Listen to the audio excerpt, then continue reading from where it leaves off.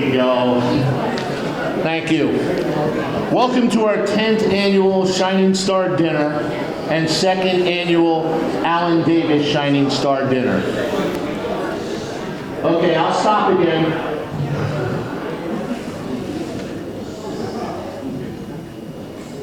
Thank you again.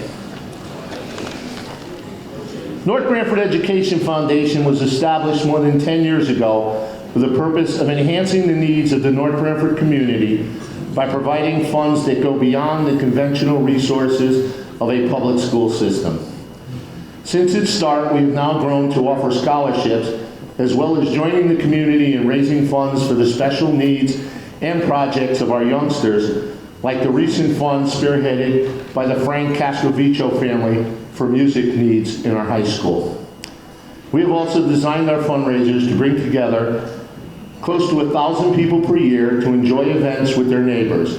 With the help of these fundraisers, the financial support of local businesses, and the participation of our neighbors, we have given out more than $25,000 in grants and scholarships.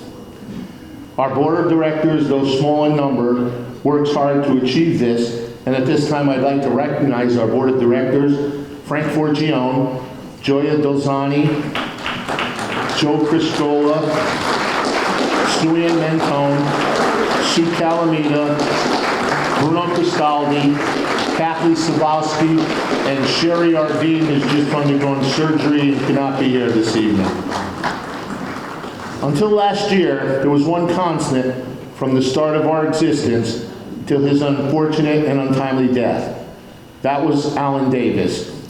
Alan was the heart and the soul and the class of our organization. His quiet guidance and low-key insistence on us always doing the right thing was the backbone of the North Branford Education Foundation.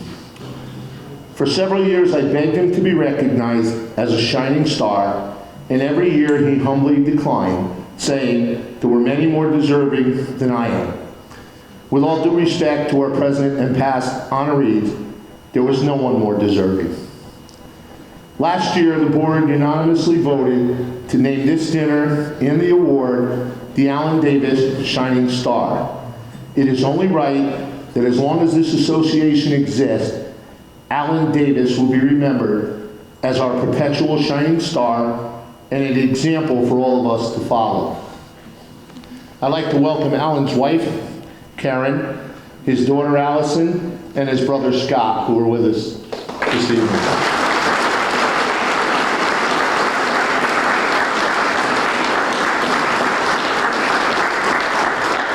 Also, it was traditional every year for Alan to lead us in the Pledge of Allegiance. So keeping it in the family, I'd like to call his brother Scott to lead us in the pledge.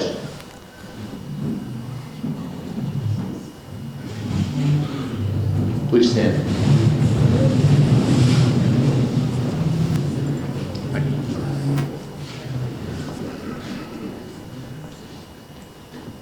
I pledge allegiance to the flag of the United States of America and to the republic for which it stands, one nation, under God, indivisible, with liberty and justice for all. Thank you. Please remain standing as Frank Forgione comes and leads us in the invocation.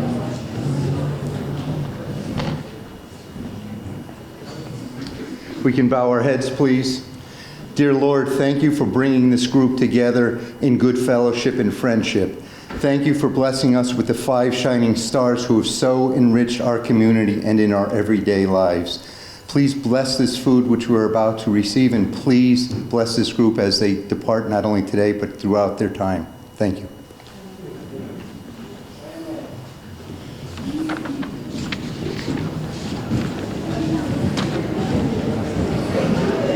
Before we start the dinner, I'd just like to welcome back some of our past honorees, if they can stand to be acknowledged. State Representative Vincent Candelora, Lynn Reardon, Chris Webster, Bruno Castaldi, First President Marie Diamond, Lauren Berry, representing her father, Al Teixeira, Kathleen Sabowski, representing her husband Ed, and Cliff Potter.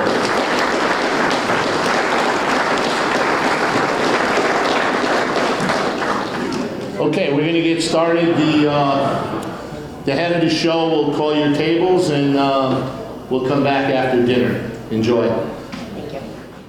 So this year we decided to change the venue. How are we doing over here at Seasons? We good? My board's already told me this is a comebacker for next year. Okay, before we start the individual presentations, that corner they just have no respect for me. I feel like Rodney Dangerfield up here.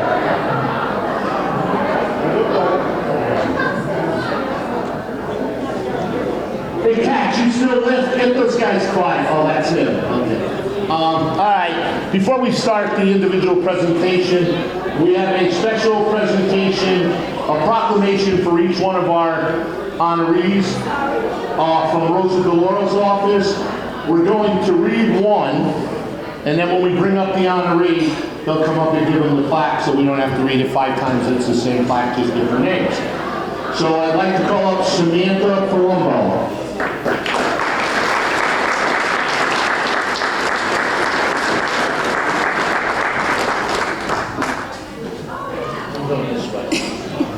Thank you so much. It's this corner, though. They are rowdy. They are a rowdy bunch over here. It's not too much of a proclamation. Just a quick, Rosa just wanted to acknowledge the Shining Star. Rosa just wanted to acknowledge the awardees tonight. It's not much of a proclamation, just a congressional certificate of recognition. A certificate of special recognition presented to our first awardee, Liz Kaplan, a very good friend of my family's, the 2019 recipient of the Alan Davis Shining Star Award, with Rose's heartfelt congratulations and deepest thanks for your commitment to the education of all of our young people here in North Branford. Thank you so much.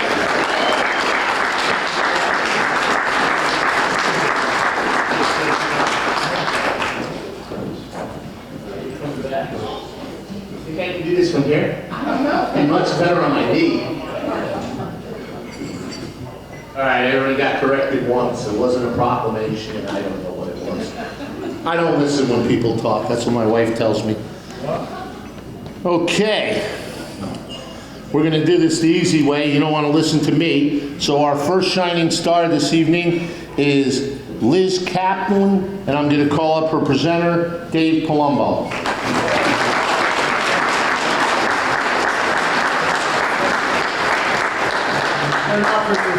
I took the broken flowers. Not for you. They say you gotta hold this close to your mouth. I didn't eat, so it won't be my breath that's on it. Thank you. Thank you.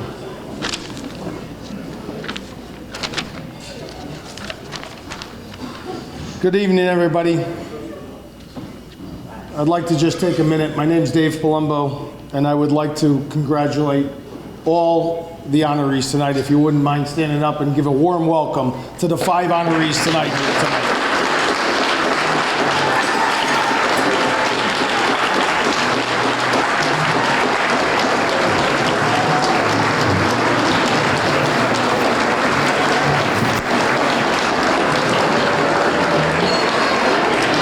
Thank you. I'm honored to be here tonight to introduce a very special person to me. I've known her and worked with Liz for many years, and I'm privileged and honored to be here and know Liz as well as I do. She's a mother of 2. She's raised Jake and Jordan, and she's a tremendous person. She's been an art teacher in North Branford High for over 10 years today. She's so wonderful as a teacher. She truly gets to know each and every one of her students. And she's smiling tonight. She creates a safe atmosphere for each one of her kids to come to her room even when they don't have class with her. And I know this because my son did it many of times. when my son was in school, he was supposed to be in school, but he used to go get Dunkin' Donuts coffee, and Liz wouldn't say anything. I'm like, Liz, you're supposed to tell him not to leave school to go get coffee. I know.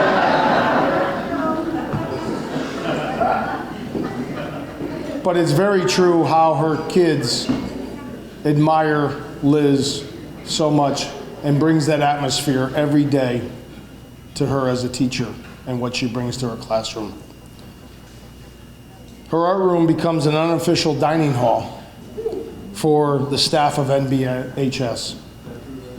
She graciously opens her room to the staff to have block parties and transforms her room to an inviting dining room for her staff to have friendship and food.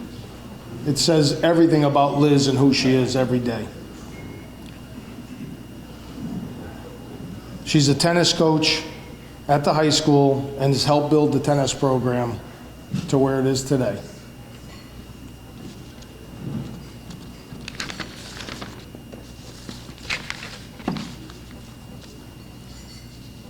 Liz is an amazing person because she doesn't only stop at that. She gives to her, to her students, to the school, to the town, and executes Project Graduation every year.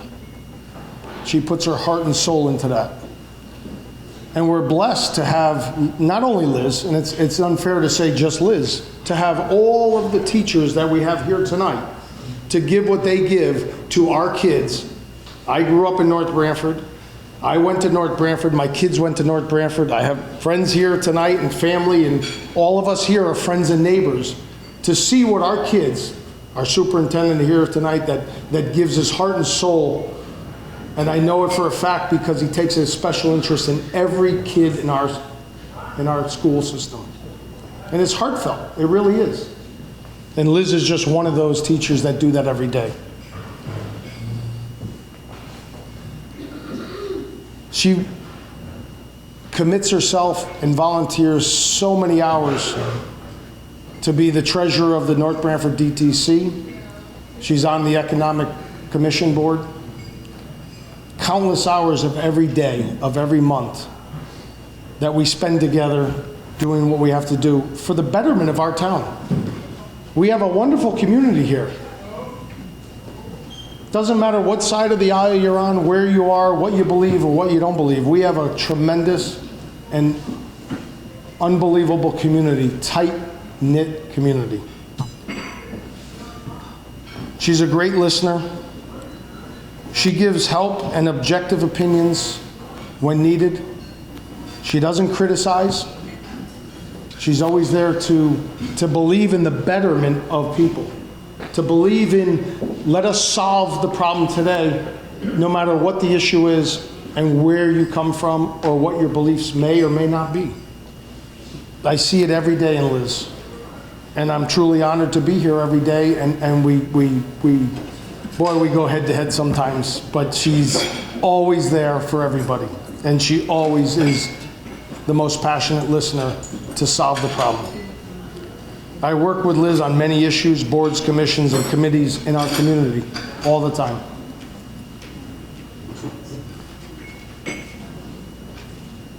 It doesn't matter what it is or where you are in your life or what the issue may be or what side of the aisle you're on. And sometimes we forget, does it matter what side of the aisle you're on, or does it matter that the community we serve? And I, like Liz, have been serving the community for many years. And that is the only thing that matters, is our friends, our neighbors that we all sit here tonight with. And that we share our friendship, we share our kids, we share football games, baseball games.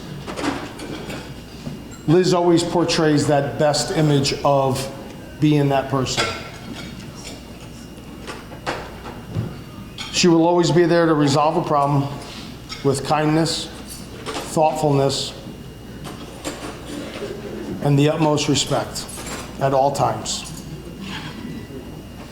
She shows it time and time again of who she really is and why she is one of the honorees tonight and why we are here for Liz and the other 4 honorees.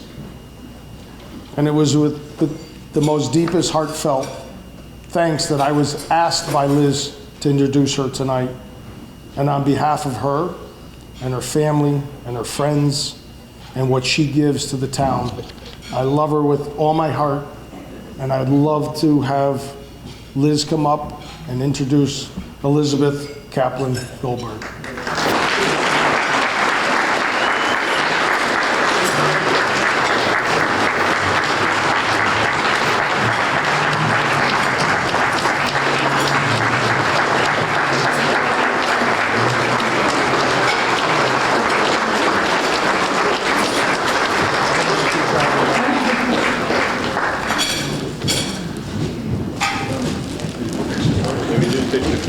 Okay.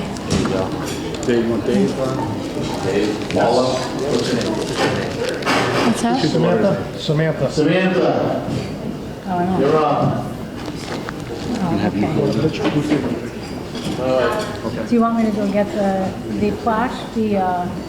Oh, okay. Here, let's scooch over a little bit. Get the picture? Oh, sorry.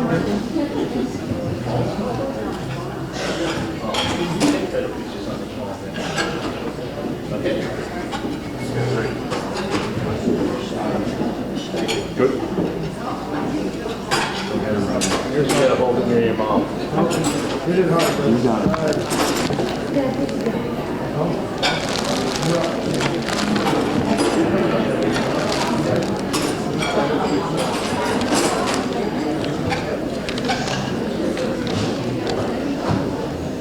Do I have to use my teacher voice? So I want to thank the Alan Davis Shining Star Committee and the Ed Foundation for this incredible honor. Frank, I didn't realize he was going to explain how the award changed its name, and he really said everything that I wanted to say about Alan.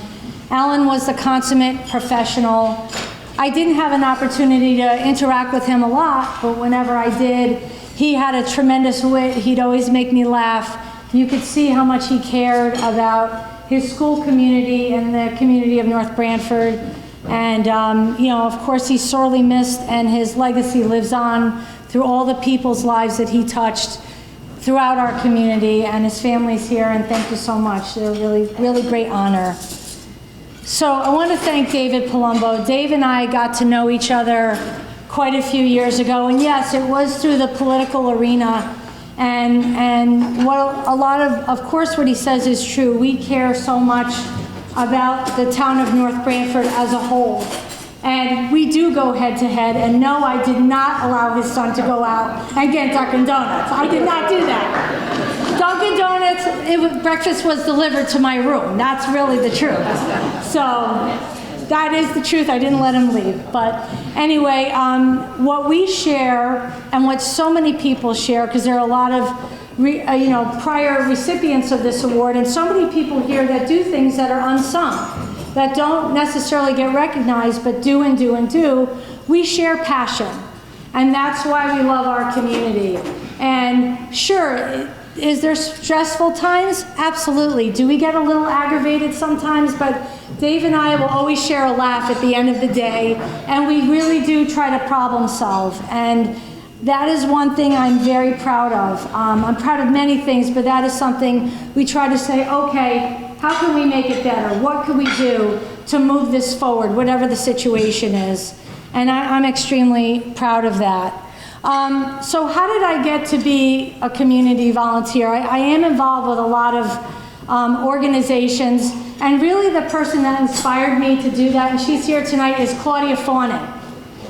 So Claudia's here.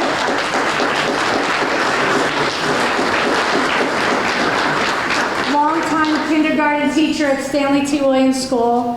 So it was 2001. Our son was entering kindergarten. We didn't know anything. We were newly school-age parents.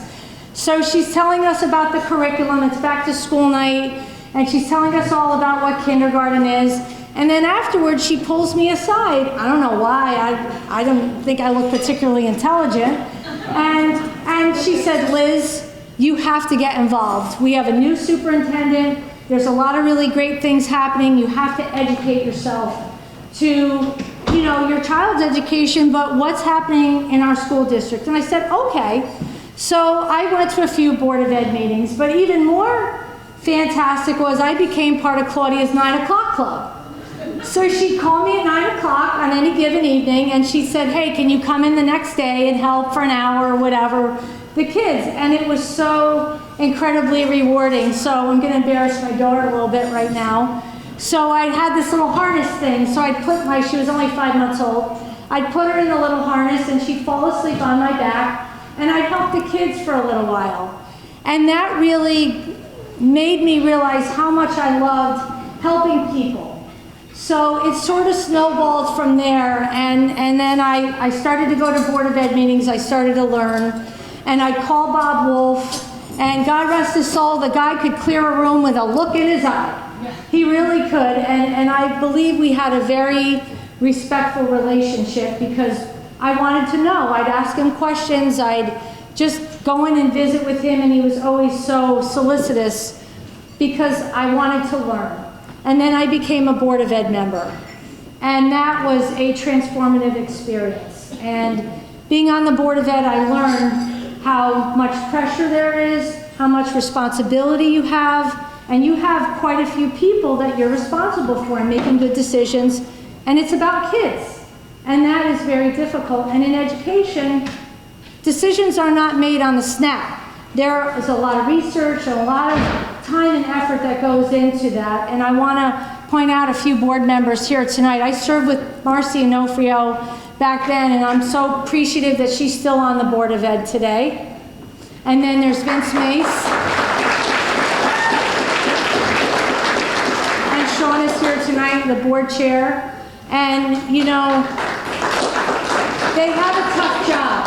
They have a tough job. Scott has a tough job because it's a huge, huge responsibility. And please give them a round of applause. I really appreciate what they do.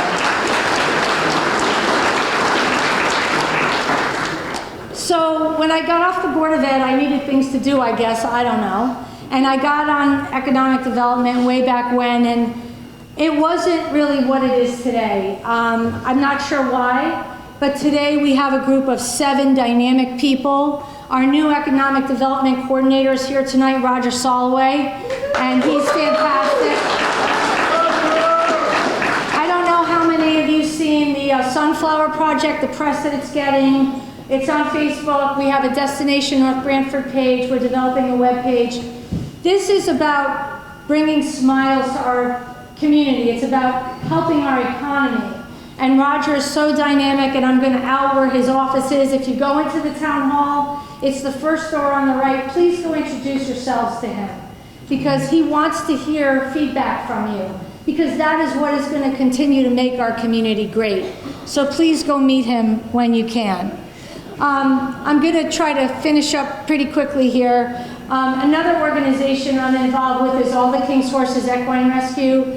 And the founder, Mary Santagata, is here tonight, and her significant other, Carmen Ferraro, is here. And one of our longtime volunteers, Walter Novak, is here as well. And I absolutely love animals. I'd have a million of them if I had the space and I could afford it. And I got involved with All the King's Horses really for something my daughter and I to do together. And if you don't know horses, they're big and they're scary, basically. But when you get to know them, not only are they majestic, they are intelligent, they have their unique personalities, and it's a lot of work. And are we over 100 saves at this point? So we've saved over 100 horses from essentially being slaughtered. And they've been rehomed, many of them to good homes. I am also an adoptee. I have a big, beautiful thoroughbred mare named Legitimate, and being able to be with her every day and going to the barn, it's a labor of love. No matter what the weather, you're outside, you're breathing fresh air, and it's a tremendous organization. We have a Facebook page, and it's great. So I have to talk a little bit about my work life, even though that's not voluntary, but if you go someplace every day and you can laugh and smile and feel passion and inspire people and be inspired, you will never work a day in your life, and that's how I feel about North Branford High School. I truly do. In some districts, the arts are cut very readily because of lack of funding. Sorry, I'm like fidgeting here. But not in North Branford. The arts are alive here, and we're so fortunate, from Mr. Schoonmaker to Todd Steffler, our principal, Greg Woods, our assistant principal, my colleagues. My work significant other is here tonight, Lauren McGinney, and she puts up with me. And my department co-chair, Diane Rametto, is here. You know, going someplace and loving what you do makes such a difference, and I'm very, very fortunate to work with such amazing colleagues. I've got Nick DeLizio and Nicole LaCroix. I've got Kelly Golia and Matt Tortora, Linda Franklin Biggs. I know I'm missing people over there. And I know there's so many people here tonight that are representing our school system. And I just want to talk quickly about North Branford tennis. So I've been an assistant coach in North Branford tennis for about 9 years. And it started with Mary Phillips, who's back there. And I truly love sports. And what tennis does, because it's a lifelong sport, is it gives these young people confidence in themselves. It isn't so much about the sport, just like what I teach isn't so much about art, but it's getting something from themselves and being better. And every year I say, how could it get better? How could it get better? And it does. And for the last 3 years, I've coached with Matt, and Matt is an amazing individual. And he has brought so much to the table, and these kids cannot wait to get to practice. I'm not saying they like to run, nobody does, but no athletes do, but they love being around him, they love soaking up his knowledge. And myself and Matt and Joe Capetta, it's a wonderful, wonderful thing. And I just want to, round this out by, my family is here tonight. John Kaplan, my daughter Jordan, Judy Migliarese, my dad's significant other, my niece Alexa, my brother Peter. I have been so fortunate to have such a good family. Our son Jake is in school in Montana. And, it's hard to do what you do if you don't have a support system. And I do. And I have so many friends here this evening. My good friends Alyssa and Mike, Kelly, as I said, Kelly Golia, Linda Franklin Biggs, we go back a long way. Her sisters Terry and Elizabeth Vincent, Antonella and Rick, Cliff Potter and his son, Lori Bogue, Michelle Del Rocco, Dan Arman, Jessica Arman, and some other good friends, Marie Diamond, who is also on our town council, and my friend Dan Schaefer, and you cannot do what you do without support, and they give me unconditional love. And they kick me in the pants when I need it, but they also love me. And I'm so fortunate, and thank you so much for this amazing, amazing honor, and I congratulate all the honorees. And we have a good community here, people. Anything that you can do to help sustain it and make it better, we'll continue that. So thank you so much again. Have a good evening.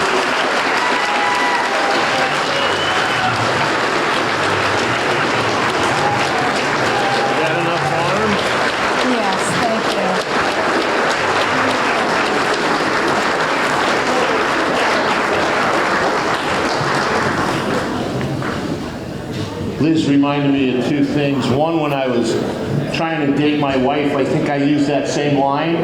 I said, horses are big and ugly looking, but once you get to know them, they're really quite lovable, and it worked. And second of all, Liz's love for horses, when Liz sent in her picture, I don't know if you've seen the Totucket Times, and if you haven't, you should. Her picture was with a horse. And I called her up and said, Liz, do you really want to go in with the horse? And she said, I have to stay true to myself. So I've informed my wife and my 3 kids that in my obituary picture in the New Haven Register when I go, I want to have a salami sandwich in my hand, right near my face, because I too want to stay true to myself.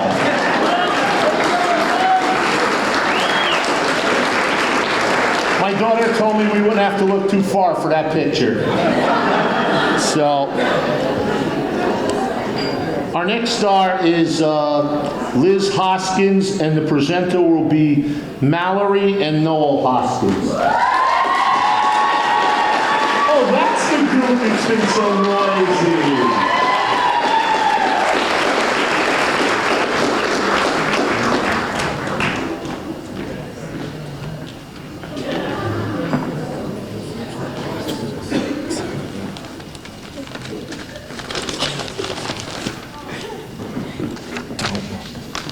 Hello. Congratulations to the other recipients tonight. I would just like to say I'm very proud of Liz for receiving this award. I'm so proud of her for her kindness. From making and delivering meals to families, decorating the front of schools on a Sunday afternoon, and making sure every light post, mailbox, and street sign at one point had a purple ribbon on it. And still having time for a game of horse in the driveway. I lost my... Just to list a few. Anyway, and homework. She is kind and loyal and loving. And above all, the best wife a man could have. And the mom to my 3 wonderful kids. And gorgeous. And that's all I have to say. Mal, we'll finish that up. Thank you.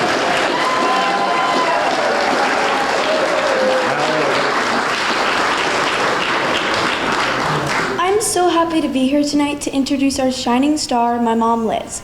Most of you know my mom from her involvement in the schools, but I'm going to tell you a little bit about her as a mom. She makes the best tomato soup. She's hilarious. She's hilarious. She's always willing to help me and my brothers. She lets us have ice cream cake for breakfast on our birthdays. She's kind, she works hard, and she puts up with a lot of crap from my brothers, but not me.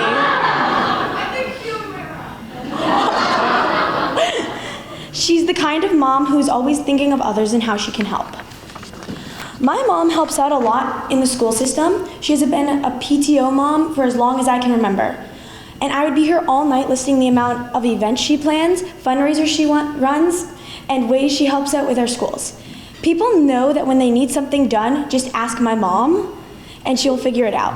I have learned a lot from my mom being involved in the schools. From a young age, I was ringing kids out at the school book fair, stuffing 500 flyers into coupon books, and even setting up the holiday sale in like a half an hour. There are a lot of positive things my mom does, but as her child, there's some negatives of having your mom spend so much time in the school. I can't name a single friend of mine who's had their mom show up for Read Across America Day in a fleece monkey onesie. Has your mom ever sang Beauty and the Beast during your 2nd grade lunch rave in front of all your friends?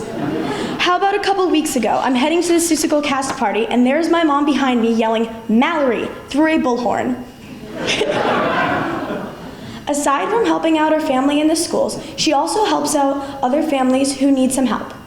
She has helped and donated to many Love for Lila events, participated in lots of food trains, helped out with many St. Baldrick's events, and even started cooking meals and donating money to people who need it. Even though she may be embarrassing at times, I'm very lucky to have a mom who inspires, cares for, and loves me, and one that I know I can always count on and think of as a friend. So I'm very excited to introduce my amazing mom, Liz Hoskins.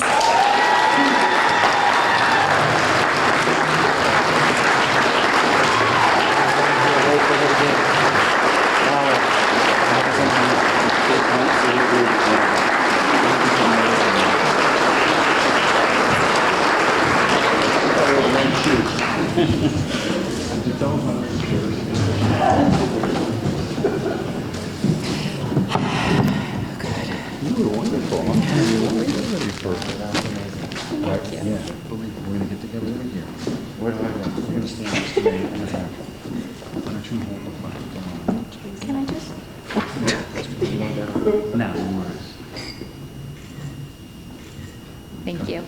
Get your speech, baby. Congratulations. Thanks. Oh, very good.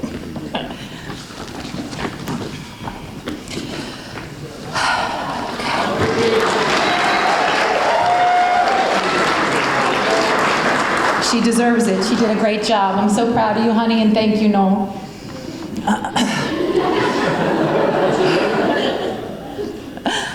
I'm both honored and humbled to be receiving the 2019 Alan Davis Shining Star Award. I also am so proud that it's now named the Alan Davis Shining Star. He was a mentor to me. I've known him since I walked into my 7th grade math class, and he just had a huge impact on my middle school years and my high school years. It's no secret that I love this small town that we live in. My family moved here when I was 4 years old, so all of my memories are here in this community. And there's no place I'd rather be raising my family. My childhood was awesome. I remember going to the old Northford store where the shopping carts would make a rickety noise on the old wooden floors. I didn't get that comment. I'd run into my best friend there and beg my mom to take her home for a play date. I remember getting the best ice cream from Todd's Place before it was Piccadilly. I remember spending Thanksgiving mornings cheering my brothers on at their high school football games. I remember hanging out with friends at Chubby's restaurant. I remember going to carnivals long before there was a potato and corn festival, when it was held at the fire station by Totucket Valley School, and even before that it was held where Northford Cemetery is now. And now as a parent, I get to raise my kids in this wonderful community. But with all the positive things about living in the town you grew up in, you can imagine that there's some negative things as well. The best example I have of this happened a couple of years ago. Those who know my husband know that in the summertime he can be found collecting wood around our yard to build the best bonfires.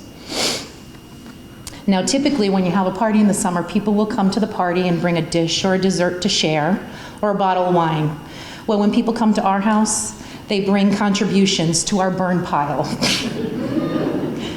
I'm not joking, we still have a screen door from last year to burn.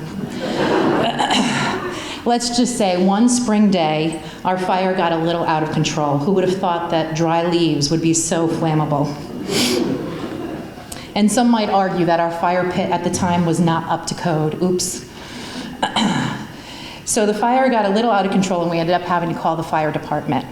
When the awesome volunteer firefighter showed up at our house, I quickly realized that I knew almost all the people getting out of the trucks. Kids I went to high school with, parents of my children's friends, and even my son's Boy Scout leaders. Needless to say, Noel and I were asked to lead the Scouts in earning their fire safety badge after that incident. One of my absolute favorite memories growing up was the feeling I got whenever my mom came into the school to volunteer. She was the school librarian. She chaperoned every field trip I went on. She helped out in classroom events, school events, all the time. I thought my mom was a total rock star walking through the halls of Stanley T. Williams School with all the kids saying, "You're Liz's mom," or "Hey, Mrs. Braun." I'm not sure if my kids feel the same way about me walking through the schools, but I'm hopeful that volunteering and the desire to help other people is passed down to my kids as it was passed to me from my mom. Unfortunately, my mom can't be here tonight. I know she wouldn't want to miss tonight, but I will be sharing the video with her. I know she's the first person I really need to thank. She's the reason I'm the woman I am today and why I do what I do every day. She taught me from a young age that there's nothing more important than family. She taught me how to love unconditionally. And she taught me the importance of family dinner time and that there's lots of ways to help people who need help. She also taught me how to make a mean pot of meat sauce. Whether it's sending a card to somebody to let them know you're thinking of them, or delivering a home-cooked meal, or helping to raise money for a family in need.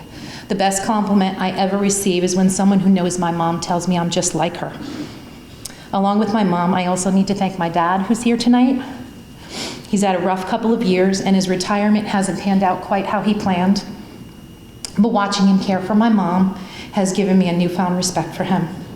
My dad has always been a hardworking man. He always worked overtime when I was growing up, but he still made it to my softball games and my dance recitals. Family always came first. I also want to thank my two older brothers, Jim and Dave, who are here tonight, and my sister-in-law, Janine. We've all been through a lot these past few years, but they're always there for support, love, and brutal honesty when I need to hear it. I'd also like to thank my brothers for instilling my fear of snakes. You know you did it. When Noel and I started our family, there was no doubt that I wanted to be involved in the schools and part of their educational experience. Volunteering at the schools has given me the opportunity to get to know the staff, teachers, and administrators that work with our kids every day, and also gave me an incredible view of what goes on in our schools. And I'm still amazed with the staff's dedication to our kids, how innovative they are, how they use their resources, the amount of issues that they deal with in the course of a day, and how much they truly care about our kids. My kids have been blessed to work with incredible staff and some amazing teachers, who I'm now fortunate to call my friends. And looking around this room tonight, over there I see ladies. I see all their beautiful faces over there. I'm grateful for the administrators I get to work with too. They're always there to support our crazy ideas, and they take my jokes in stride. One funny story I want to share with you tonight is about the first time I met Carter Welch. You're welcome, Carter. I'm going to share this one. You're welcome, buddy. I was president of the PTO at Jerome Harrison School at the time, and my favorite activity was to plan Fun Day. Fun Day is a day where we bring in a dunk tank and invite staff to get in. The kids get to dunk the teachers. It's an awesome time. Well, I had just caught wind that Carter Welch was our new principal of the school for the following school year. I thought it would be a great idea to invite him to be a dunkie in the dunk tank that year and initiate him into JHS. So he wholeheartedly agreed to do it. Thank you, Carter. And I gave him a 2 o'clock time slot. Now, what I didn't know about Carter at the time was that he's a little bit of a germaphobe, right? No shock, right?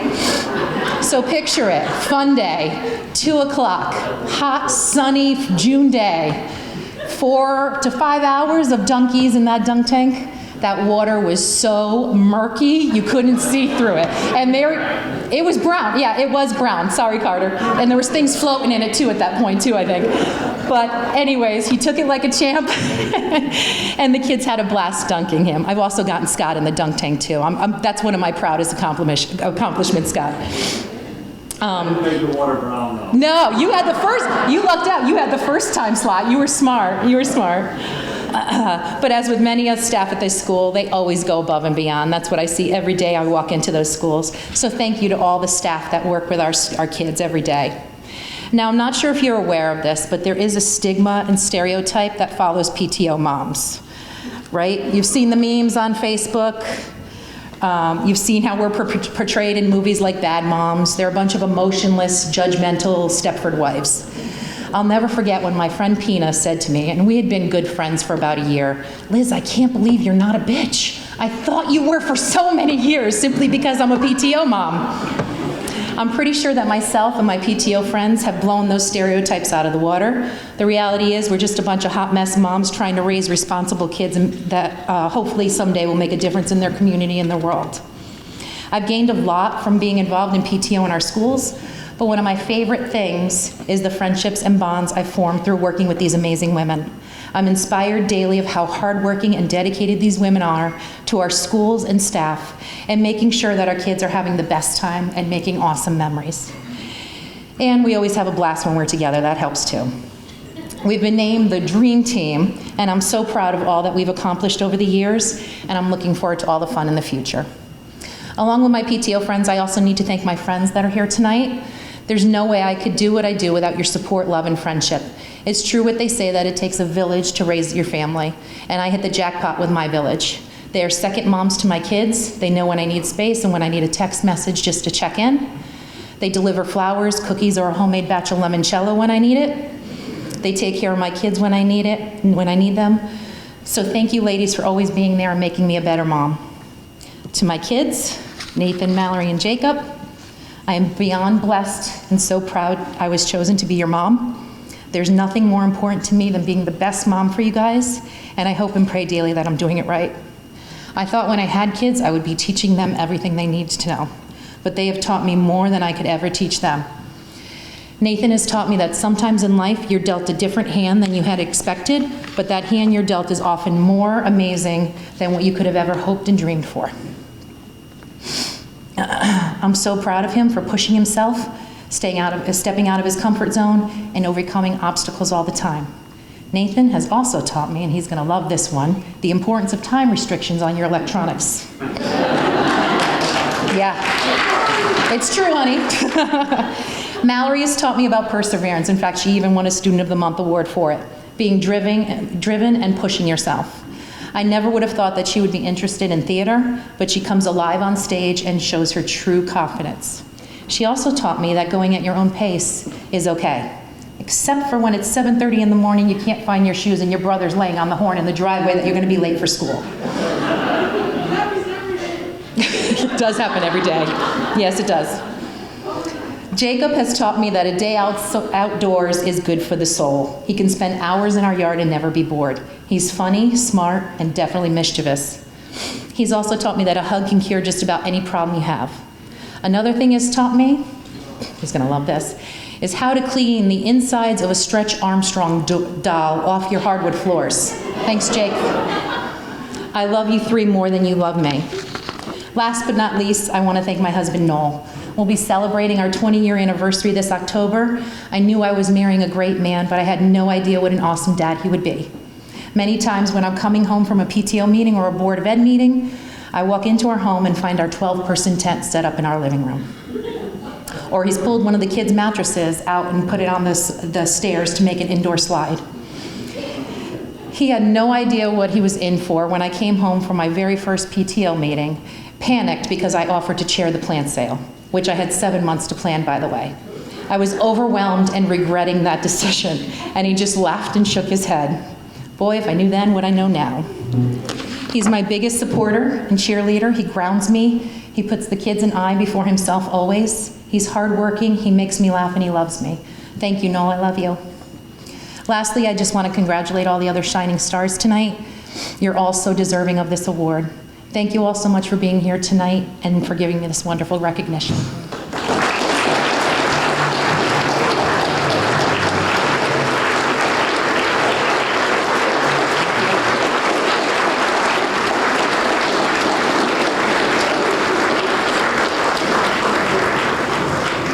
Mallory, after that introduction, I think you should get ice cream cake for breakfast for the next week or two. There's nothing wrong with ice cream cake for breakfast. Okay. Our next honoree asked me to go first, but I always do it alphabetically so I don't have any wars on my hands. But the reason was quite unique. He wanted to go first, so after he was done, he can party and drink with his friends. I guess I wasn't supposed to say that, huh, Mike? Here to introduce Mike Katz is Dave LaCroix.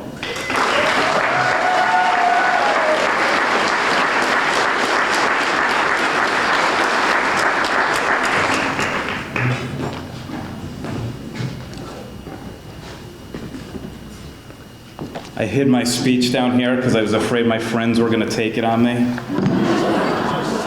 And I also want to thank Frank for breaking the ice with that salami sandwich story. Because I think I probably have salami maybe once or twice a year, but it might be in my future, maybe this weekend. All right, good evening. Before I start, I'd like to congratulate all the honorees as well. I've lived in North Branford for my entire life, basically, and it's actually pretty cool tonight because I have a personal connection with every single one of them. Liz I see in school just as much as any other staff member. Liz Kaplan's a friend of my wife and has become a friend of the family. Fran has been a good friend to my mother and helped her through and supported her through some illnesses and times when she really needed some help. And who did I meet? And Neil is the leader of the lacrosse program that I'm involved in, and I've always admired his dedication and everything that he's done for there. So, in your own humble way, I would like to thank you for the impact you've had on the North Branford community. But the reason I'm here tonight is to basically give a little insight on Mike Katz and let you know what really makes him tick. So I'm going to go back a long time. If you're old enough, picture 1976 at Cedar Lake School on Twin Lakes Road, and I'm in a first grade class, and I get seated next to Mike.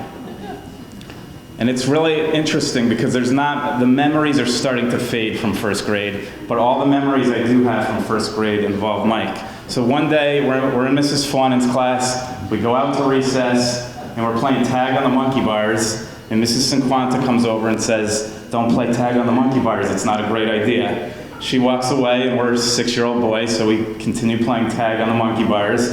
And I'm pretty competitive. Somebody goes to tag me, I take both hands off, and I'm in a ball of dust. I feel queasy, I got dust all over me, I'm crying, and Mike walks me over to Mrs. Sequanta, who gave me a pretty stern look, but sent me off with Mike to the nurse's office.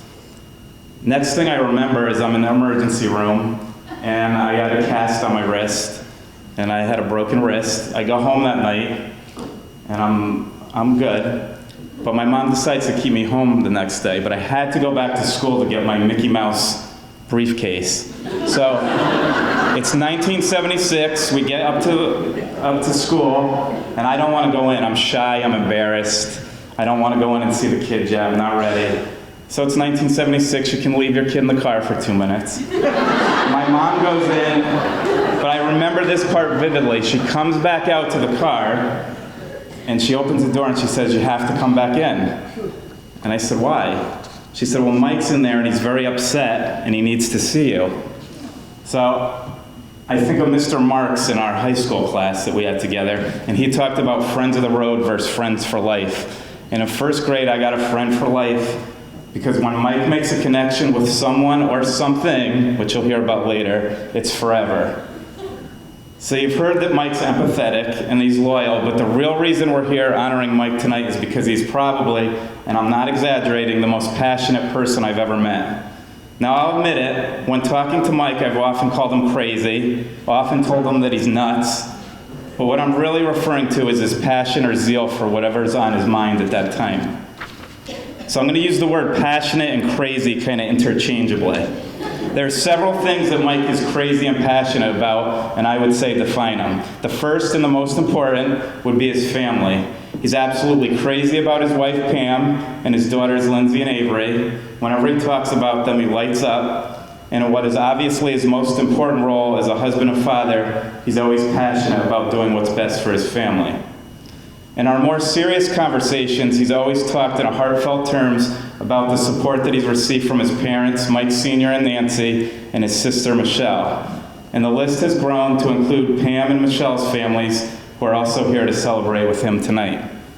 When Mike's passionate or crazy about something, it consumes him, literally, figuratively, and everything in between. The first passion I remember was youth football. Now, I never played, and I never went to a game, but I can tell you that the 4 teams were the Packers, the Jets, the Giants, and the Chiefs. Why? Because when Mike's passionate about something, you hear about it over and over and over, and then a few more times. The next thing I remember about Mike that what he was really passionate about happened in 7th grade, and that was older women. And by older women, I mean 8th grade girls. In 7th grade, we had a teacher that was notoriously late for class every day. So he would bring me over to the door, and as the 8th grade girls were transitioning to their next class, he would give me a full rundown. Tell me their names, what they were wearing, where they lived, what they ate. And my personal favorite, he was even talented enough to change the lyrics to 80s rock music to celebrate them. In high school, his passions matured slightly. I'd still say the older women would be on the list. But now it was the New York Jets, lifting weights. It was the rock band Kiss. But his biggest passion became high school football. From day one of high school, Mike was all in on football. The Thunderbirds, purple and white in the North Branford community. Mike lived and breathed football and let everyone around him know it. High school football has made an amazing impact on Mike, and it's lasted long past high school. It is evident by the relationships that he has made that have lasted over 30 years. Tonight he has about a dozen former teammates and even one of his coaches here to celebrate him as he receives this award. His love affair with the North Branford community and the North Branford football team could have ended with these friendships, but it didn't stop there. He became a North Branford football historian. I would feel safe saying that Mike knows more about the Thunderbirds than anyone on this earth. If you want to know who the leading rusher was in 1997, Mike's your man. If you want to know the path the T-Birds took to win the state championship in 1979, Mike has your answer. If you want to know who the toughest player was on the 2005 team, Mike definitely has an opinion. Passionate, yes. Crazy, a little bit too. Mike has worked in his family's business, World Gym, and then later Planet Fitness for over 30 years. It will be impossible for me to include all the ways that Mike has served the Brantford and North Brantford communities over 3 decades, but I will say that Mike has neatly combined his passion for teaching others the benefits of a healthy lifestyle and his passion for mentoring and supporting North Brantford athletes in a way that only Mike could. This includes conversations, advice, pep talks, outlining fitness and nutrition plans, and even hiring young men and women to work for him. And when I was writing this, I thought about that last statement about hiring people. I think it's probably because if they're working for him, they're trapped. They have to stay there, and they have to listen about all the football stories and everything that goes on. Now here's my favorite part. I want to give everybody in the audience some inspiration.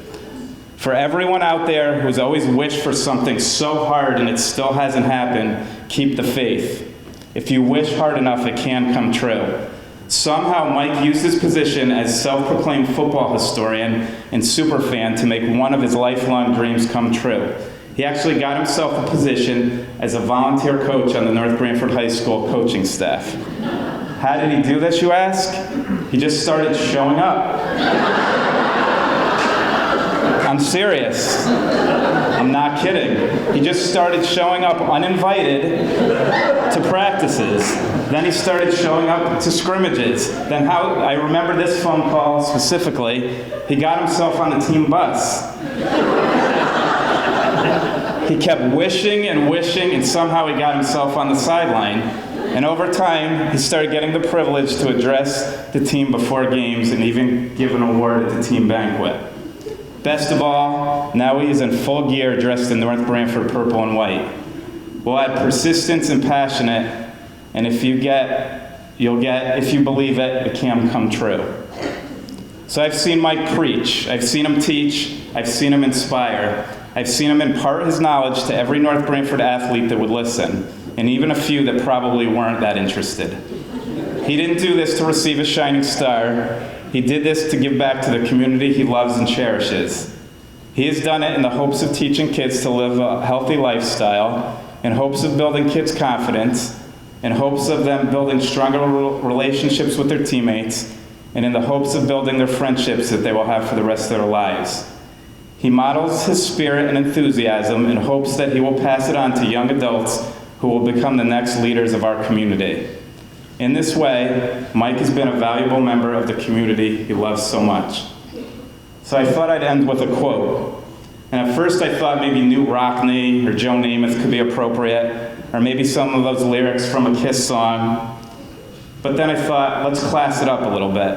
I thought I'd pair Mike with Abraham Lincoln, because I'm pretty sure this is the only time I'll ever have the opportunity to do that. So in the words of Mr. Lincoln, whatever you are, be a good one. And Mike has obviously done that. I present to you my friend, Mike Katz, Jr.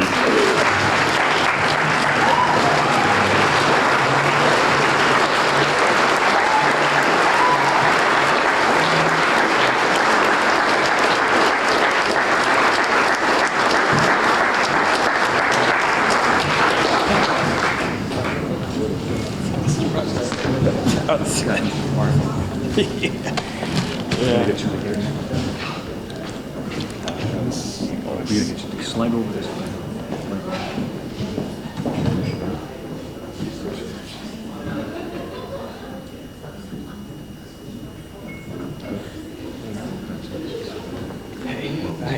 Thank you.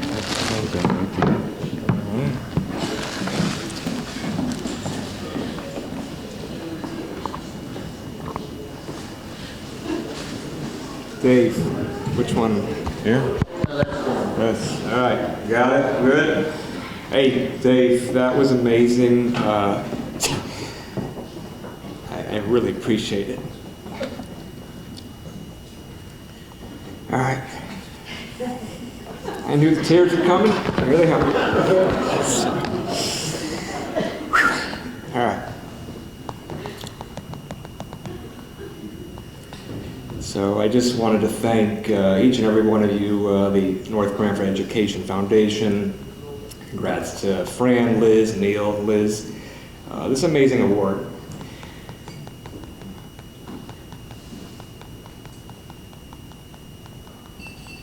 Come on, Mike.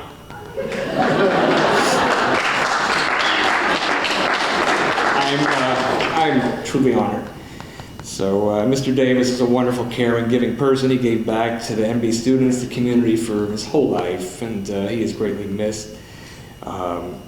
When Frank called me and left me a message, said, "Hey Mike, Frank Mentone, give me a call back. I promise I'm not selling anything, just gotta give me a call back." So I said, all right, I never advertised with him, I apologize, but you know what, I'll give you a call back. So I gave him a call back, and you know, he shared the news, and I was blown away. I was like, whoa, this is good stuff. So it's like amazing. As soon as he said it, I just had these visions of people.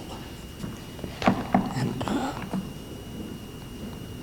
people that just had great impact on me.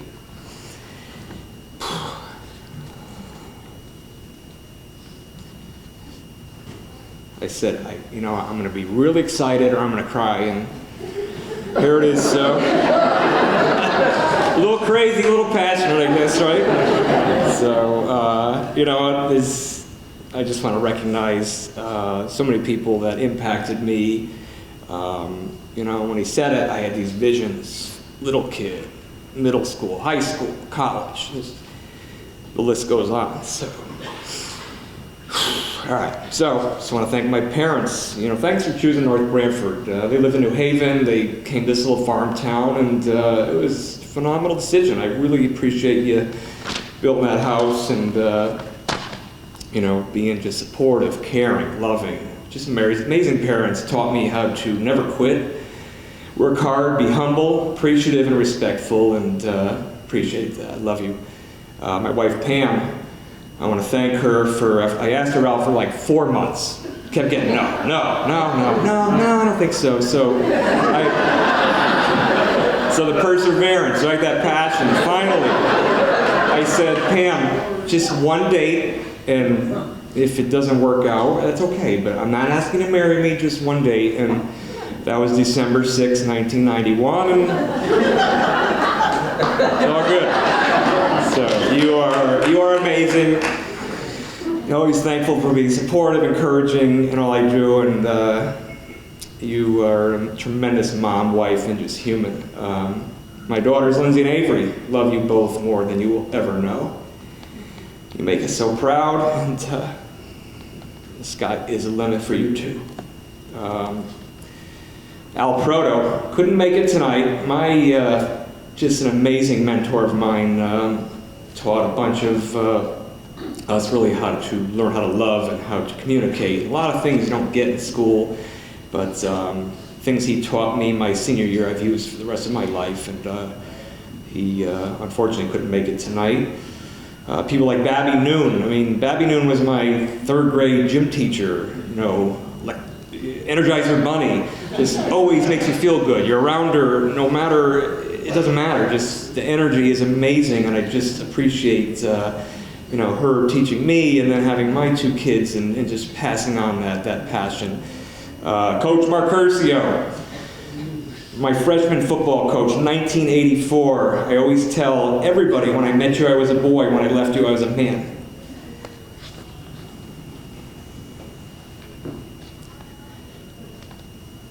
You worked us, you pushed us, you got the best out of us. We appreciate that. Dropping the award, sorry.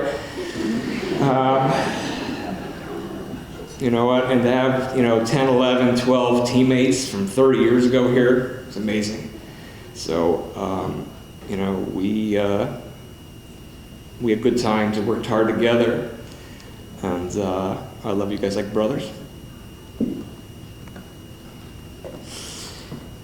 All right, friends, I've been blessed with terrific, just tremendous people in my life, and I've got a lot of them here tonight, and I really just appreciate the lifelong friendship, the bond that we have is amazing.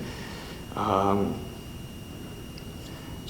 been blessed. I've got good people that impacted me, and I'm able to pass it on now, and that's what you do, you pass it forward.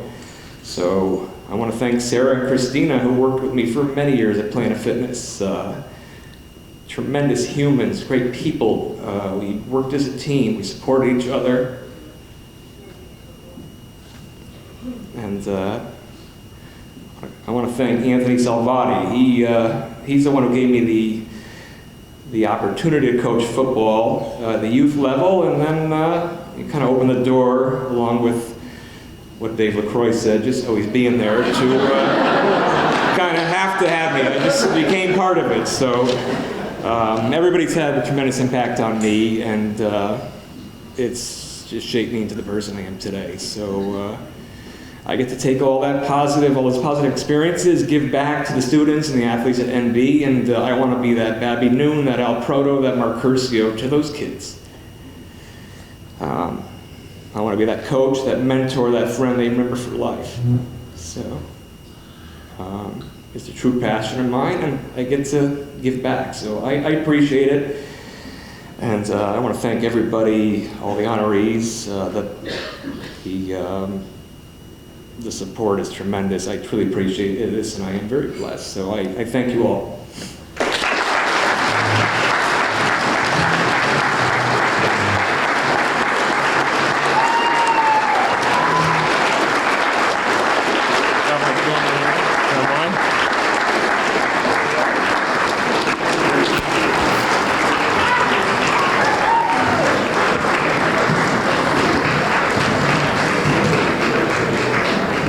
You know, it's funny, every year when we have our meeting and we start to discuss the Shining Star Dinner, someone always says, do you think maybe we should skip it this year?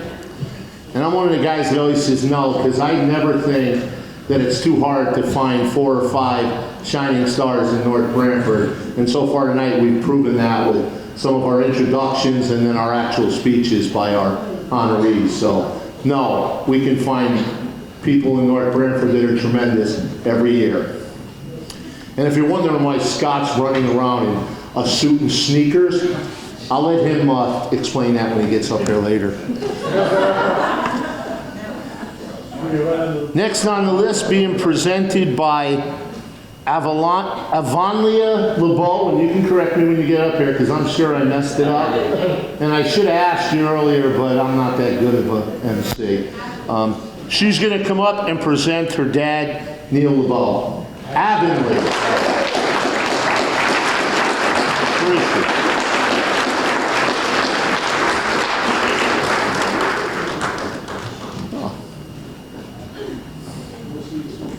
Avonlia and Company.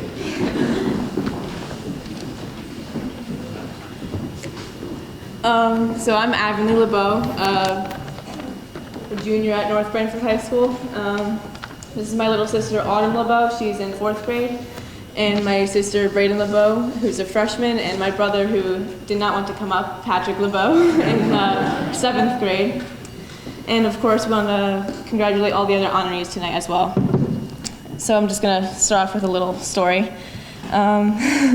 When I was in 2nd grade, I came home from school with a bright orange paper in my Friday folder for youth lacrosse registrations. And I had absolutely no intention to play any sport at all. But my father thought it would be a good chance for me to make new friends and become more active. I was really reluctant at first, but eventually agreed. So the first day of practice came quickly, and it was probably in mid to late March. After giving me a pep talk, my dad dressed me in shorts and a t-shirt and dropped me off at the JHS practice field. I ended up crying because it was so cold, and we had to call my mom to bring me more layers. But for every practice and game after that, my father has given me more pep talks, asks what goals I have for the certain game that day, and sends good luck texts if he's away. He always works extra hard to organize anything that needs to be taken care of prior to the beginning of the youth season, which you can tell just from all the papers on our dining room table. He has taught me how to be a leader, role model, and a hard worker on and off the field, and I cannot thank him enough for that. If it wasn't for my father, I most likely wouldn't have played lacrosse at all. But because my dad was my sister's coach, I got dragged into it too. There were lots of perks to being the coach's daughter, though. For example, when no one wanted to volunteer to be goalie, guess who got thrown in? I hated goalie, but was stuck playing it. But no matter what position I was playing, my dad encouraged me and taught me because he always wanted us to be the best that we could be. I've learned so much from him in all of my sports and in life. He spends his own time helping me be a better player, leader, and person. He cares so much about his kids and his teams. We love him and are so proud of him. We'd like to invite up our father, Neil LeBeau.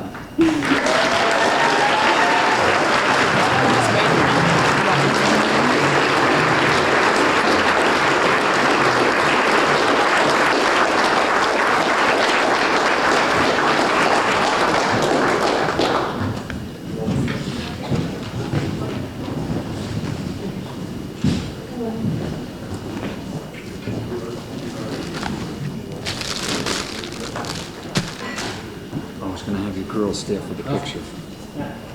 Ladies, girls, you gotta come back. Could you? Just for the photo. Can you get your brother up here, please? Come on. Oh, the boys coming too. You look so handsome in that jacket and tie. Well, you put me between the two of you.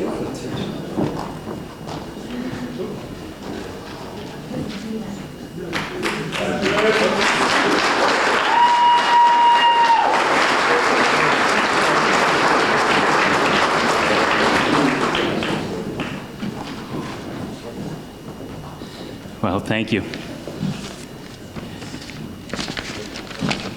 Scott, that was pretty good. You got the boy to come up. That was good. Thank you. Appreciate it. Thank you, everyone. You can't hear me? Oh. You gotta stand right next to that one. Right next to this one, right? You can pull it out. I can pull that one. Okay. I just want to thank everyone tonight. Avonlea, Braden, Patrick, and Autumn.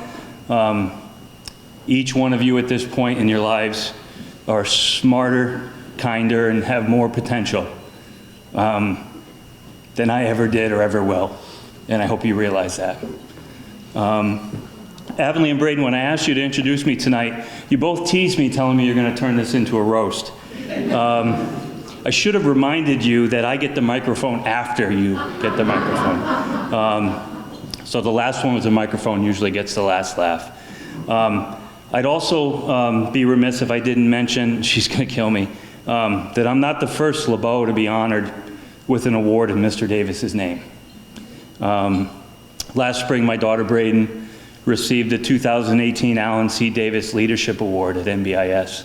That was an amazing honor.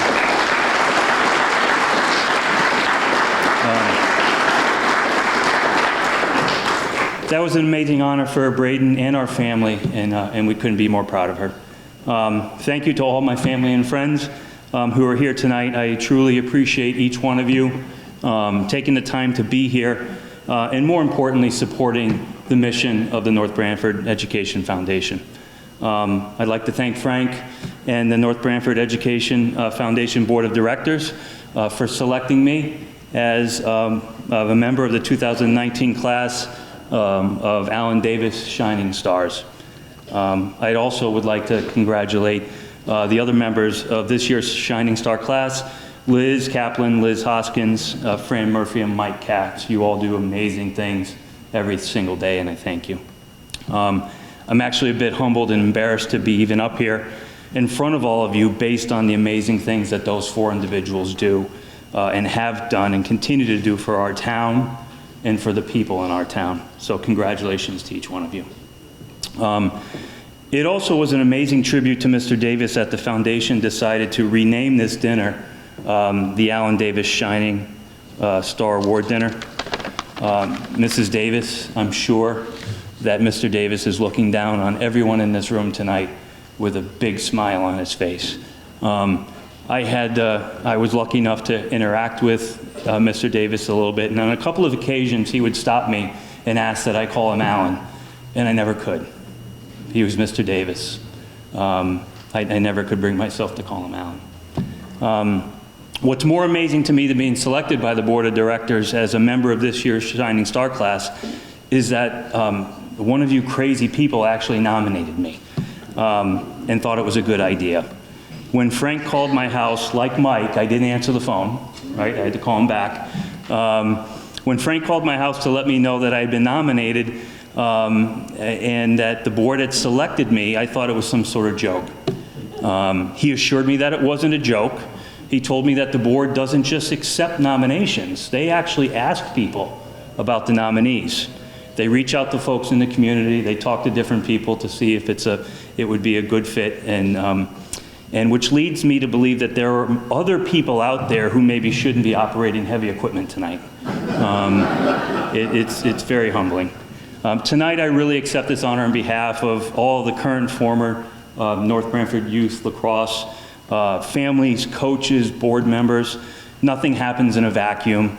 No one can accomplish much if they're not surrounded by a great support system. Sometimes that support system is large, and sometimes it's not, but it's important that that support system is there. Really over 10 years ago, kind of the brainchild of North Branford Youth Lacrosse, and really got it off the ground, is Tom Wilkinson, Todd Angara, Lori Conley, who's here tonight. We started a girls program in town. A short time later, another year or two later, Bill Lovelace and Bob Odell were really instrumental in standing up the boys program in town. And it's gone by so quickly. Really, I think that's one of the things that I think all of the nominees tonight, or the awardees tonight, so much of the battle is just being there and being available and showing up, right? Like Mike just kept going to practice, and now he's coaching, right? Right? It's passion. It's just being there. The story, Avonlea kind of stole my thunder a little bit with the story. She told you the PG version. I won't tell you what my wife said to me when I called her and said Avonlea was crying and I'm bringing her home. But I enjoyed watching the kids play. I was that dad on the sideline who just stood at the fence and watched the kids play. And finally, Tom walked over to me and said, you're here every day. Why don't you just come out and coach? I said, no. I play baseball, I play football, I don't know. The whole stick thing scared me. I didn't know what to do. He goes, listen, you're here, just come on out. And I got involved. And selfishly, I got to hang out with my daughters more, right? So, it was kind of a love at first sight with the program. I'd like to thank some of the current and former board members and coaches. Kevin Toto is here, Cindy and Jason Taylor, Joe, Stacy Burke, Keith Sorrentino couldn't be here tonight, Kelly Sheehan, some of the folks who are with us now and have been with us from the beginning. All the former and current coaches, John Park is here, Greg, Pete, thank you, Danielle, Dave and Nicole. Where's Danielle? Hi, Danielle.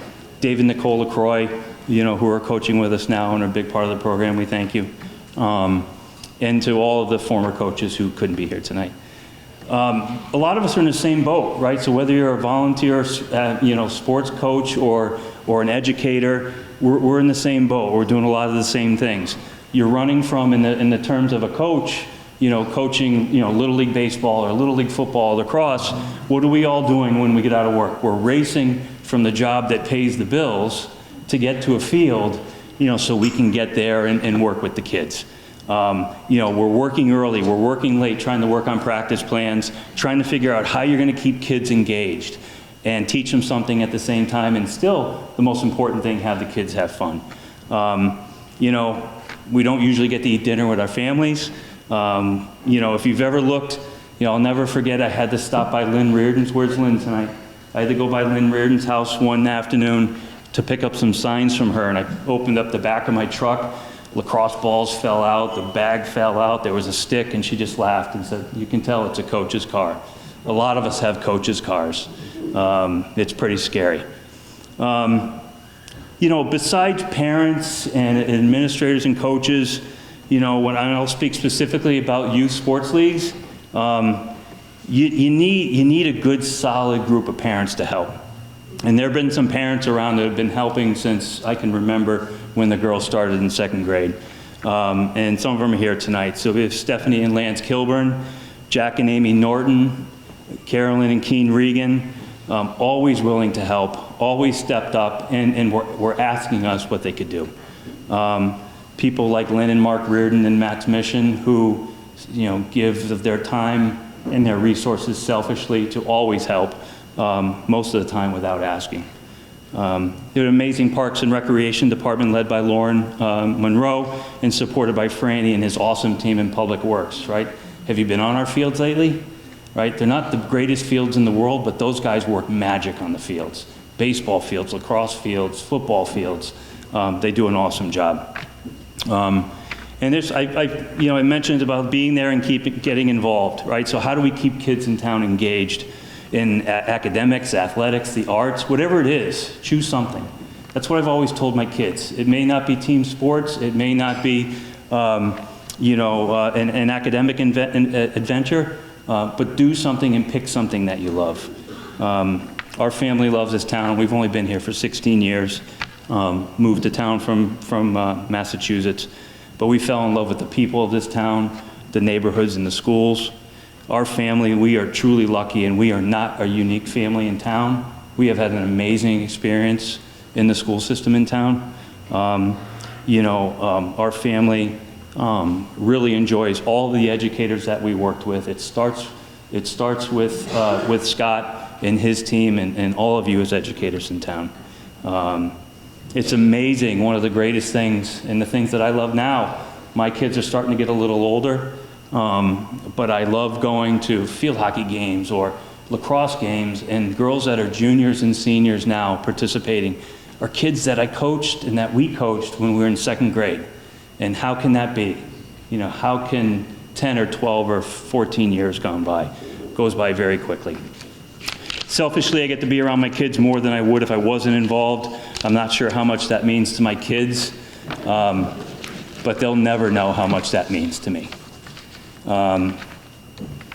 Keeps me engaged and energized. I mean, one thing, I don't know why I thought to do this. You're around kids all the time. You feel like you're young, you're energized. So we decided a couple of years ago, one of the last lacrosse practices in June, I thought it was a good idea to race the 2 fastest kids on the team. So we played a game called Steal the Bacon. We'd roll the ball out, and the kids would run. So we had 2 twins on the team, super fast, great athletes. So needless to say, I got about 10 yards into a 40-yard dash, and then I found myself on the ground. Tore both my hamstrings, laying there in writhing pain. All I could think about as I was laying on the grass on the lacrosse field is there's about 50 parents up on the top of that hill in their car looking at me laughing. It's like, get up, get off the ground. So I got up, realized I had torn both my hamstrings, and realized that I could not run the 40-yard dash. That may have been the last time I ran. And I'd like to, again, just say thank you, wrap it up. Finally, I'd like to apologize and to thank my wife, Raylene.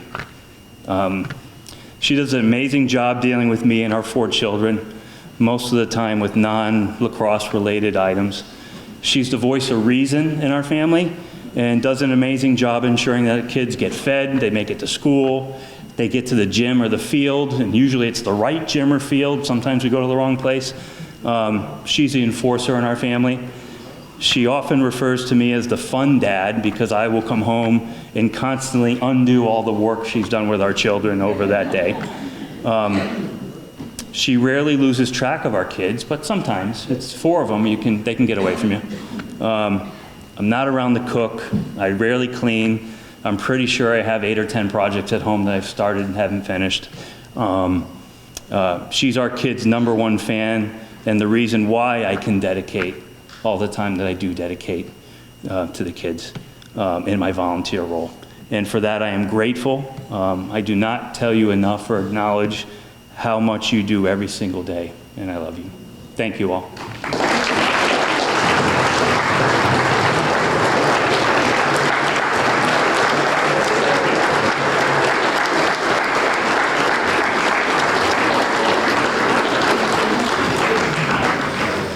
Neil, you're a lucky man. I too decided to coach my kids so I can be very close to them. And my youngest is 29, and last year the 3 of them just started talking to me again. Okay, last but not least, Frank Murphy will be introduced.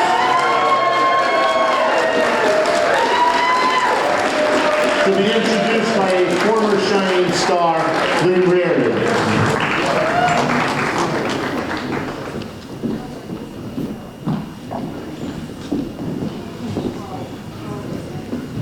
Hi everyone. You would think this would be like old hat for me, but I'm as nervous as could be. But I want to thank the North Branford Education Foundation and everyone here tonight for coming. This has been an amazing, amazing, amazing night for all of us. So thank you. People have said, and I've seen in the movies, if you build it, they will come. With many years of volunteering under her belt, no one knew this more than Fran Murphy. Since June 2015, Fran has selflessly devoted herself to running the food pantry of North Branford. My friend, Fran Murphy. First of all, I love you. You are honest, trustworthy, and one of the most reliable people I have ever known in my entire life. I want to thank you for all that you do. I want to thank you for the success of the Food Pantry of North Branford, because without you, my dear, and all of the volunteers, it would not be possible.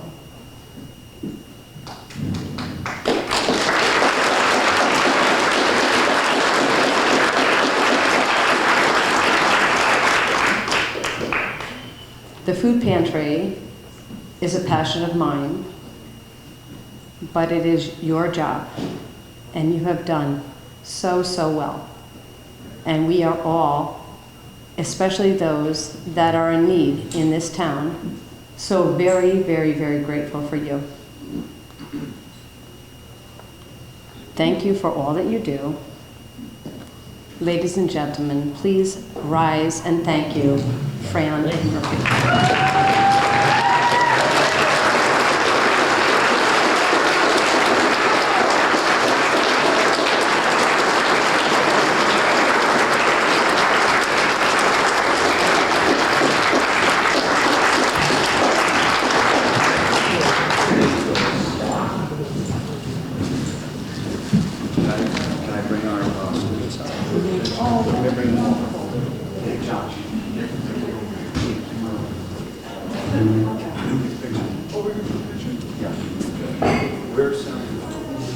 Where's Jonathan? Jonathan, come here real quick. Just keep circling around, both of you. I'll deliver them in 1 second. Come over here. Come on, Jonathan.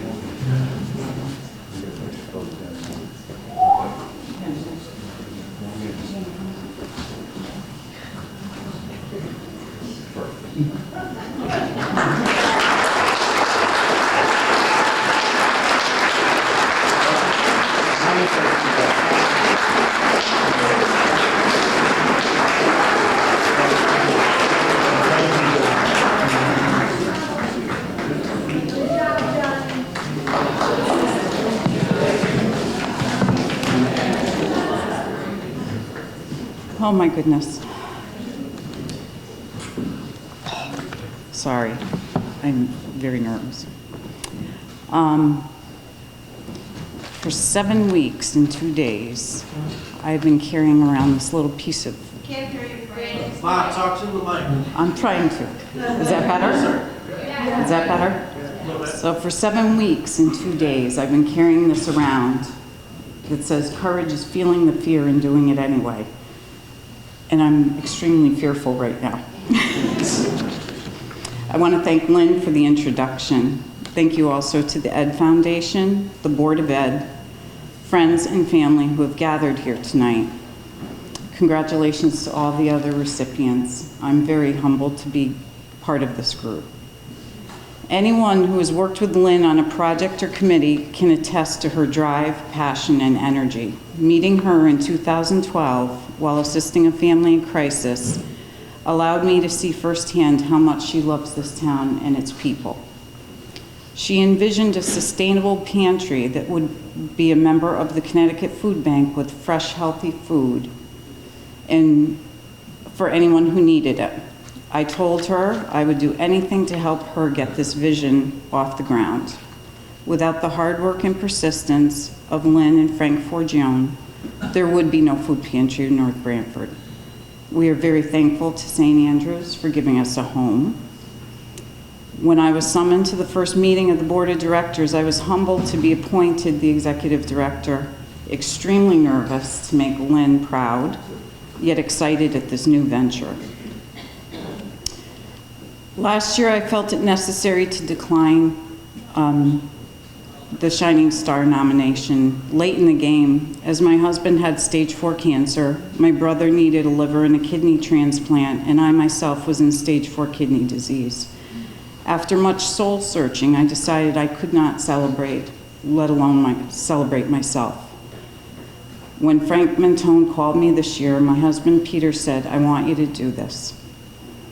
Frank texted me to remind me of the newspaper deadline for a photo and bio while we were spending 3 days in the emergency room because there were no beds for him available at Yale. I had no photo of myself, so this picture was taken in the ER. So my life is not proven to be any less stressful, but Peter's getting his wish. My family, who is at table 12 and 13, have been described as traveling in a herd. There are advantages and some disadvantages to a large family. Some of my herd traveled almost 2 hours from our hometown to support me tonight. My family, and subsequently my husband's family, have been through many terrible life-changing situations. Right after college, I became a caregiver with my siblings for our parents after someone's negligence caused my mother to become paralyzed from a car accident. We have endured deaths from cancer, life-threatening diseases, freak accidents, tragic, untimely deaths, and 2 suicides. It's been often said that we would have no luck were it not for bad luck. Personally, I have not always met these challenges in a manner that was gracious, smart, or even healthy. But it was during these times that this herd took care of its own, supporting and loving each other unconditionally. What we inherited from our parents is a quiet strength and resolve to keep moving forward, to overcome, and to do so with dignity. I've come to a point in my life where I'm thankful for these trials so I may be able to help others get through challenges. Robin Roberts is often quoted as saying, "Make your mess your message." My professional career was spent with individuals with severe communication deficits. When I graduated from college, I was offered a position at the former Newington Children's Hospital as a speech-language clinician. I chose instead to work at a private facility with nonverbal students who had limited communication and severe behavioral outbursts. My dad never understood why I chose to pass up a good clinical, quiet job to spend my work hours having my hair pulled and being bitten by other human beings. But my heart told me these were the students that I needed to help. Several years later, I developed a chronic illness with mysterious origins, which quickly started destroying my joints and bones. I guess I could be called an overachiever because 5 years into it, I was diagnosed with not 1, but 3 forms of arthritis and was placed on disability due to the damage.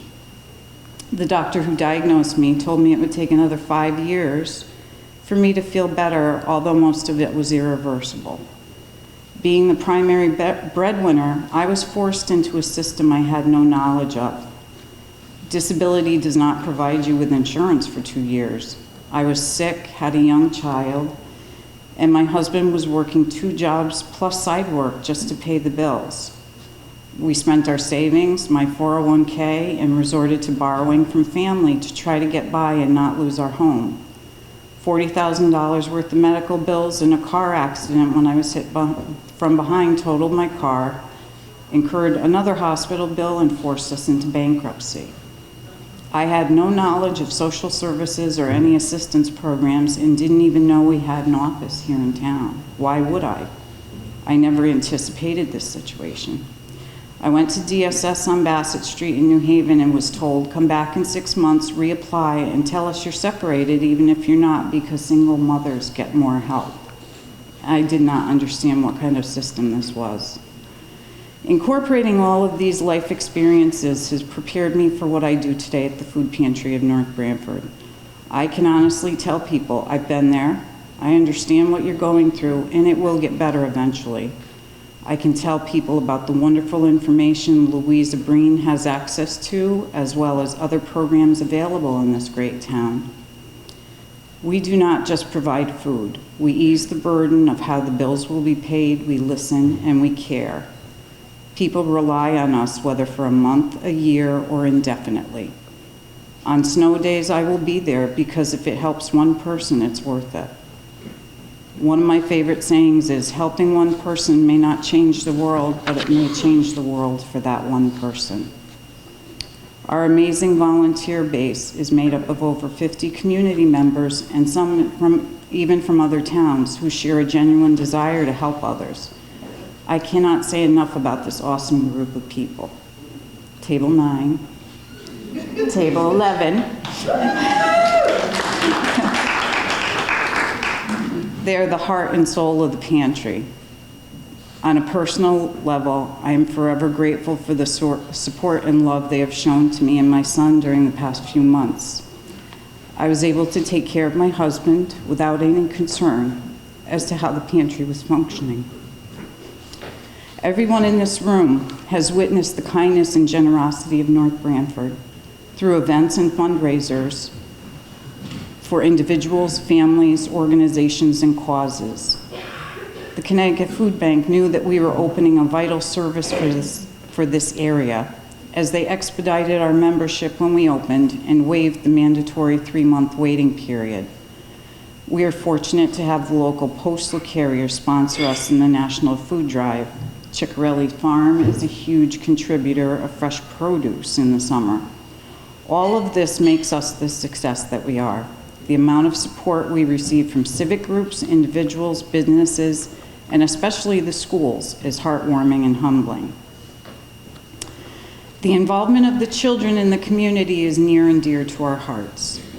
We are the recipients of food drives from groups, nursery schools, dance academies, and individuals throughout the year. The Community Roundup helps us fill our shelves after the busy summer months. For every child that is home during the summer, families must provide 100 extra meals. That's 300 meals for a family with 3 children.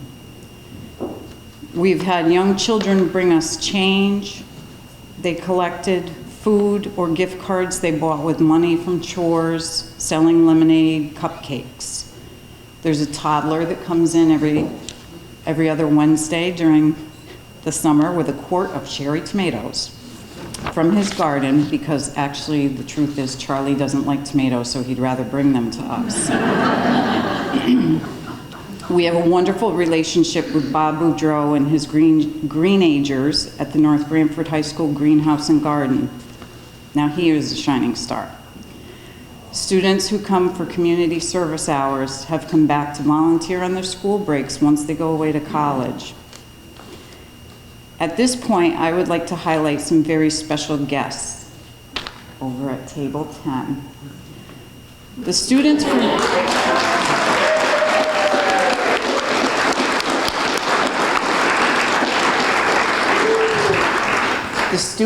Miss Caitlin's School to Work program are a vital part of our weekly schedule. In August of 2015, Lynn messaged me that one of the teachers would like to have her students help us on a weekly basis. Meeting Caitlin was like meeting a coworker at my old job. To provide an opportunity to assist these young adults, ages 18 to 21, achieve their goals of entering the workforce as independently as possible, brought me back to my roots. To have them help us and others while furthering themselves was just too good to pass up. They pick up donations and deliveries, do our inventory, stock, label, and sort food. They're trained volunteers that assist the customers with shopping. Accommodations are easily made for individual learning styles, and graduates have gone on to obtain paid jobs. I hope that we have played a small part in fostering independence and skills that will last a lifetime. My gratitude to Miss Caitlin, Josh, John, Megan, Alyssa, Ian, and Eric, and of course Miss Jackie and Miss Carolyn. I also would like to thank Scott and the Board of Ed for allowing us to share this unique group of young people each week. Josh is embarrassed now. The news continues to spread that hunger is a real concern. 1 in 6 people, not families, but 1 in 6 people in the state of Connecticut are food insecure. They do not know where their next meal may come from, but 40% of those who need assistance will not qualify through the financial guidelines set by the government programs. This is why we do not use any financial guidelines at the food pantry in North Branford, and I'm pleased that the Connecticut Food Bank has recently adopted this policy as well.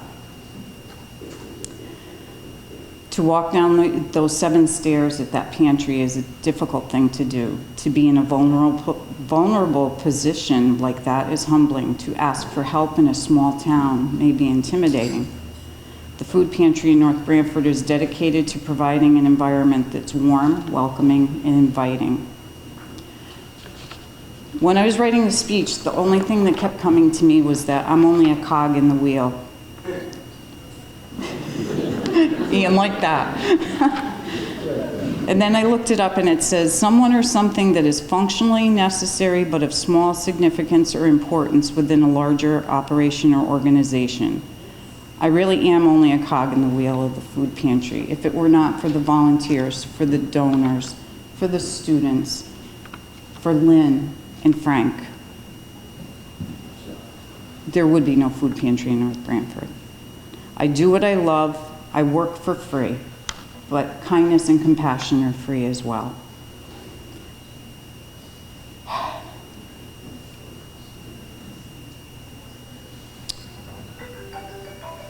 I asked Peter to help me write my speech a few months ago.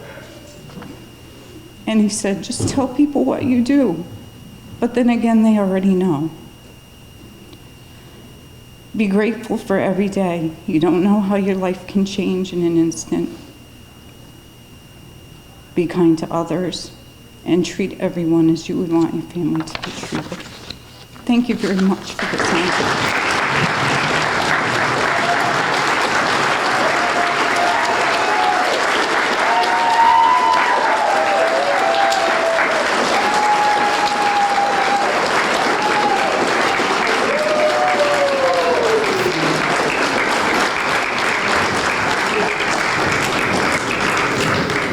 Thank you. And now, before our raffle, it's my honor every year to, for closing remarks, to bring up the best superintendent of schools in the state, Scott Stovall.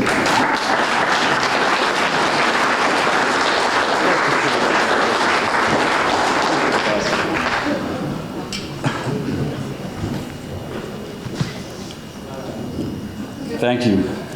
Thank you, Frank. Now that you brought up the sneakers, I guess I have to go there. I was trying to avoid it, but you probably want, no, I don't coach a basketball team. If you have the Michigan score, shout it out to me, please. But I have a little foot thing going on. It's been a rough couple of weeks, but we're on the heel and on the mend. I'm humbled to stand before you as the superintendent of schools in North Branford. It's truly an honor. And every year, you think that how is it going to match the last year? And then you hear from our recipients, from the Shining Stars, and their heartfelt sincerity, bye guys, for being recognized by the community. Raise your hand quickly if you're a North Branford High School graduate. Raise your hand high. Look around. High. Thank you. Raise your hand if you are an employee in the North Branford school system. So it's safe to bet that probably 80% of the people in this room have a true North Branford connection. And it just comes through when you talk about that T-Bird pride and how the community rallies and how they're always there for each other. And I've been here for 10 years and I've seen it countless times over and over and over for many families and many individuals. When the chips are down, people rally and people support each other. And that's a beautiful thing. Stay where Ken Lower's here. We're not doing that regionalization thing. You know that. Voting tomorrow. Okay. I know how you're voting. But anyway, I want to introduce my administrative team. all of these funds go back to our school system to supplement, not supplant, the work that we do. And these are tough times. I feel like one of Liz's rescue horses every time of the year when it's budget season. And we all go through it, and we try to work together and come up with the best laid plan for all of our students in the district. And we rely heavily on what the donations to the foundation go to in our school system. So please, if you could just stand, Todd Steffler, Keith O'Rourke, Beth Parker, and Carter Welch, our 4 principals, please stand. Suzanne Wright, Nancy Johnson, our special ed team. Suzanne is our director of special ed. Teachers that are still here, please stand. I know it's a school night. Any of my teachers are here. They're out in numbers. Thank you for the work that you do. I put pressure on Representative Vin Candelora. Please, Vin, stand, please. Thank you. Shauna Papaholzer was recognized earlier. Our board vice chair, Marcy Onofrio, was here.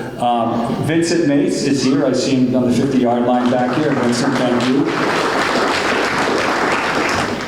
Joe Vaughn is here. Joe, thank you. Town Council, Marie Diamond is here as well. And so I'd be remiss. I just want to thank all of them for their continued support as we move through. That's it for me. I just want to say thank you for coming out and supporting. What an amazing event. I'm humbled to stand before you. I'm blessed to stand with you to educate our students in North Branford each and every day. So thank you for your support.